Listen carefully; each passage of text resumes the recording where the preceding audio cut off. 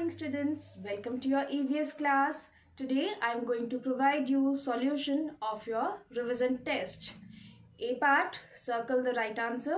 First one is, nowadays silver or stainless steel vessels are used. Nowadays अब किस तरह के vessels use किए जाते हैं for cooking? Silver और stainless steel. Stainless steel, so आपको ये टिक करना था. Second one, rice, wheat and maize are seeds or stems. Rice, wheat और जो मेज है वो सीड्स होते हैं या स्टेम्स होते हैं? वो प्लांट की सीड्स होते हैं. That is why you have to tick it. Third one, wood और LPG is a common fuel used in villages. Wood और एलपीजी एक कॉमन फ्यूल होता है जिसे हम विलेजेस में यूज करते हैं. मोस्टली पीपल वो यूज करते हैं. तो कौन सा फ्यूल यूज किया जाता है विलेजेस में? वुड. आपको वुड को टिक करना था. Now B part, answer in 1 or 2 words. First one is, name 2 ways of cooking food. Food cook करने के 2 ways आपको बताने थे. We have write down boiling and frying. This is the answer. इसके अलावा और भी 3 ways थे, like steaming, roasting and baking. तो आप उनमें से कोई भी 2 ways लिख सकते हो. Now second one is, name any 2 milk products. आपको 2 मिल्क प्रोडक्ट्स बताने हैं. That is butter and cream. Third one, what are people who eat only vegetables called? जो लोग सिर्फ वेजिटेबल्स कंज्यूम करते हैं उन्हें क्या बोला जाता है? Vegetarians. Now C part, answer in brief. First one is, what is a balance diet. Balance diet क्या होता है?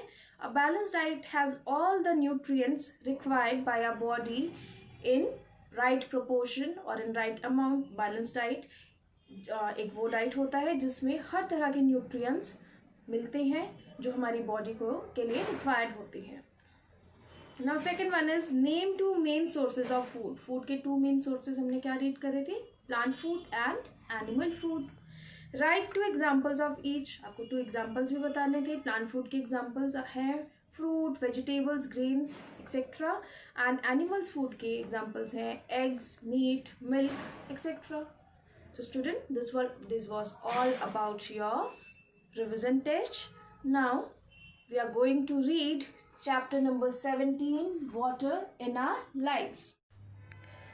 First of all, let us warm up. Tick all the activities that need water. आपको उन सभी activities को tick करना है जिसमें वाटर की रिक्वायरमेंट होती है, like washing hands, mopping your floors, for bathing, watering plants, for drinking as well as cooking. तो इन चीज़ों को हमने टिक किया. जैसे स्लीपिंग और स्टडिंग के लिए आपको वाटर की नीड नहीं होती. डैट इज़ वाई हम इसे टिक नहीं करेंगे. Water is important. Water is very important for all living things. Water बहुत ही इम्पॉर्टेंट है सभी लिविंग थिंग्स के लिए. Without water there would be no life on the earth. Water के बिना अर्थ में किसी की भी लाइफ एग्जिस्ट नहीं करेगी. Although there is plenty of water on the earth, although earth पे जो water है वो बहुत सारे amount में है, but only a small part of water is suitable for our use. but एक small part of water ही है जो proper है हमारे use के लिए. the water we use is not salty. जो water हम use करते हैं वो salty नहीं है. that is why it is called fresh water. तभी हम उसको fresh water बोलते हैं.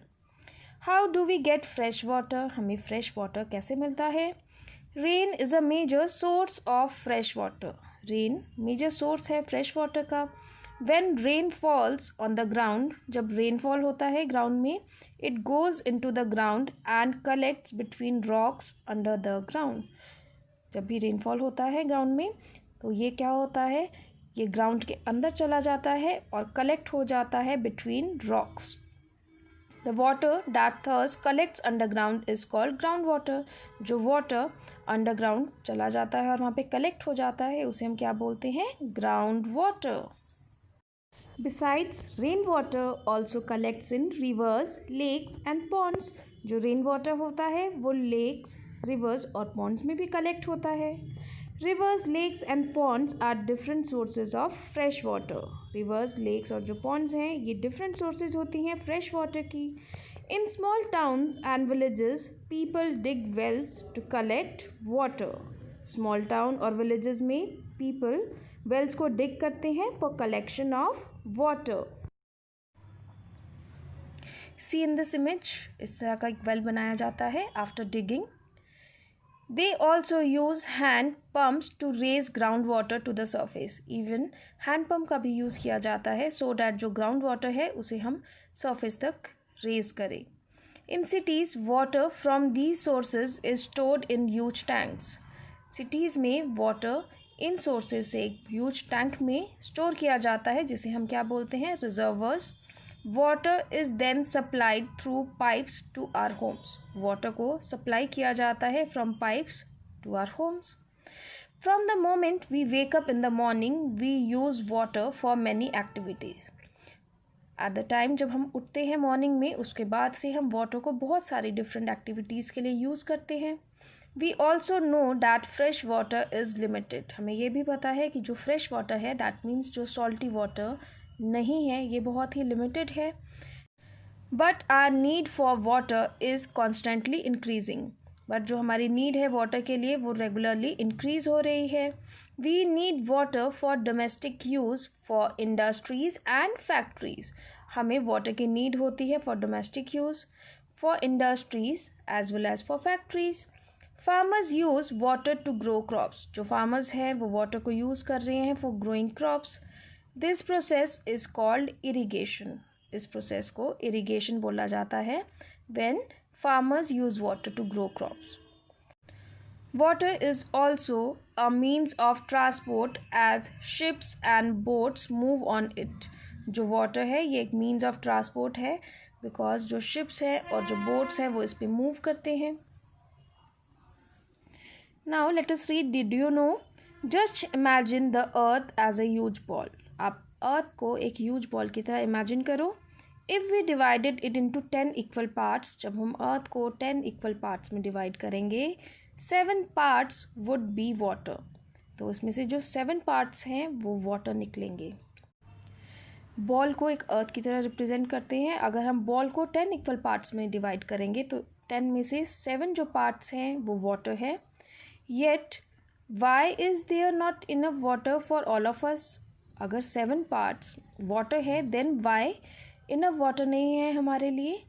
That is because much of this water is in seas and ocean and is salty. Because mostly जो वाटर है वो सीज और ओशंस में है और वो भी सॉल्टी है। Salty water is of little use to us. जो सॉल्टी वाटर है वो हमारे लिए बिल्कुल लिटिल यूज़ के लिए है। Okay students, water shortage, when people have less water than what they need for their daily activities, we say there is water shortage. water shortage क्या होता है? जब हमारी डेली एक्टिविटीज़ की नीड बहुत ज़्यादा हो और हमारे पास वाटर लेस अमाउंट में हो तो उसे हम क्या बोलेंगे? Water shortage. River water and ground water are the 2 main sources of fresh water. River water और जो ग्राउंड वाटर है ये 2 मेन सोर्सेज हैं फ्रेश वाटर के for most of us. India has many water bodies. India के पास बहुत सारी वाटर बॉडीज़ हैं such as rivers and ponds. Different rivers और पॉन्ड्स हैं इंडिया में। These receive water only during the rainy season. और ये वाटर को रिसीव कब करते हैं? Only during rainy season. Rivers are fed by small streams that come down hills and mountains when it rains. जो rivers हैं वो small streams से fed होते हैं जब वो come down होते हैं, जब वो नीचे आते हैं from hills and mountains whenever it rains. So when there is no rain, these rivers dry up. Because of that जब rain नहीं होता तो ये जो rivers हैं ये dry up हो जाते हैं. When there is less rain, very little water goes under the ground. जब भी रेनफॉल बहुत ही लेस अमाउंट में होता है तो क्या होता है कि बहुत ही लिटिल अमाउंट में वाटर अंडरग्राउंड जाता है। The ground water level also drops. जो ग्राउंड वाटर का लेवल है वो भी ड्रॉप हो जाता है when the sources of water dry up. और जब sources of water dry up हो जाते हैं और हैव लिटिल वाटर या फिर थोड़ा बहुत ही अमाउंट में वाटर रह जाता है, a shortage of water takes place. तो वाटर का शॉर्टेज हो जाता है। Polluting water resources with domestic and industrial waste also adds to the problem. और जब हम पॉल्यूट कर देते हैं वाटर रिसोर्सेज को with domestic as well as industrial waste तो ये जो प्रॉब्लम है शॉर्टेज ऑफ वाटर की, ये इंक्रीज़ हो जाती है. Okay students, that is why हमें वाटर रिसोर्सेज को पॉल्यूट नहीं करना चाहिए with domestic as well as industrial waste. Otherwise इसके जो कॉन्सिक्वेंसेज हैं या जो रिजल्ट्स हैं वो हमें ही सफ़र करना पड़ेगा. Students, today we have read about what is water, what is fresh water, and about shortage of water. You have to read all these topics properly. Okay students, thank you and goodbye.